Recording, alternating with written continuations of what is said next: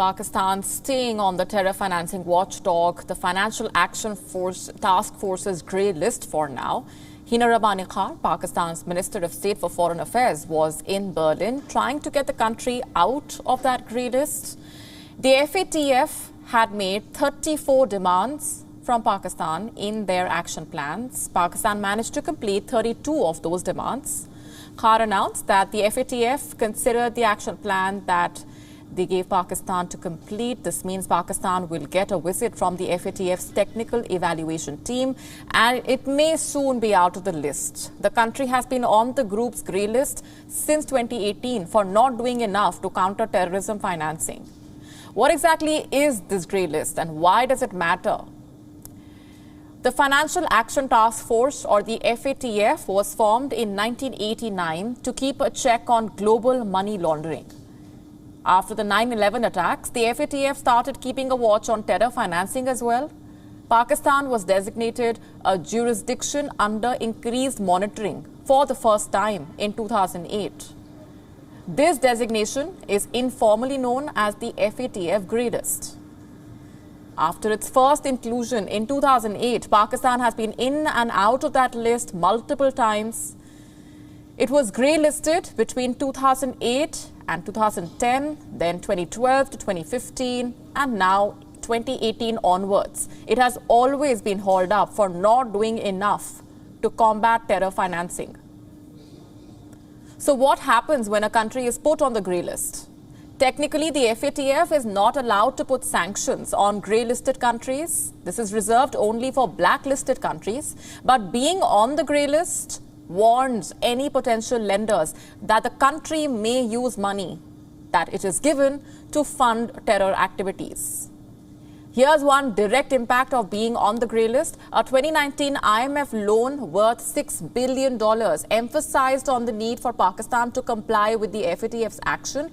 Experts have estimated that Pakistan's stints in the grey list between 2008 to 2019 have costed about $38 billion.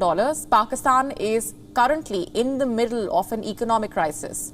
Getting out of the grey list will help with its financial situation. The FATF made 27 demands from Pakistan in 2018 to remove it from the grey list. They included calls for Pakistan to take action against the leaders of terror organizations. It was after these demands that terrorists such as Hafiz Saeed and Zakir Rahman Lakwi were convicted and jailed for terror funding. The FATF imposed another 7 conditions in 2019. Pakistan managed to fulfill 32 of the 34 demands. And now Pakistan's Hina Rabbani Khan says the FATF considers both sets of demands met and that an FATF team will visit Pakistan soon. She hopes it will visit before October this year and Pakistan could get out of the list again. But for how long this time is the question.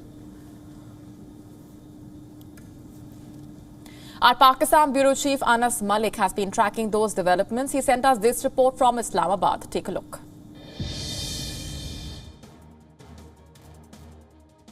Major relief for Pakistan as the FATF has formally acknowledged that the country has completed both of its action plans that were given to be implemented, one that pertained to the anti-money laundering and the second that pertained to the counter-terror financing. Now, with that, the country gets closer to be whitelisted, and that is subjected to the on-site visit, as stated by the FATF president just a short while back while addressing a press conference, that in case if Pakistan passes the on-site visit, that will take place definitely before the next plenary meeting that is to be held in October.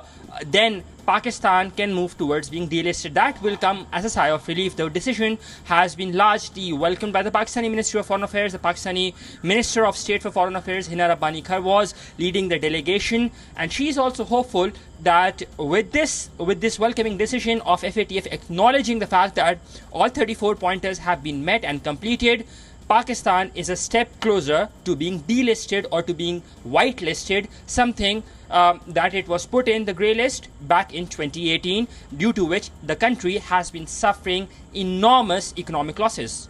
Anas Malik in Islamabad, Pakistan for WION World is One. WION now available in your country. Download the app now. Get all the news on the move.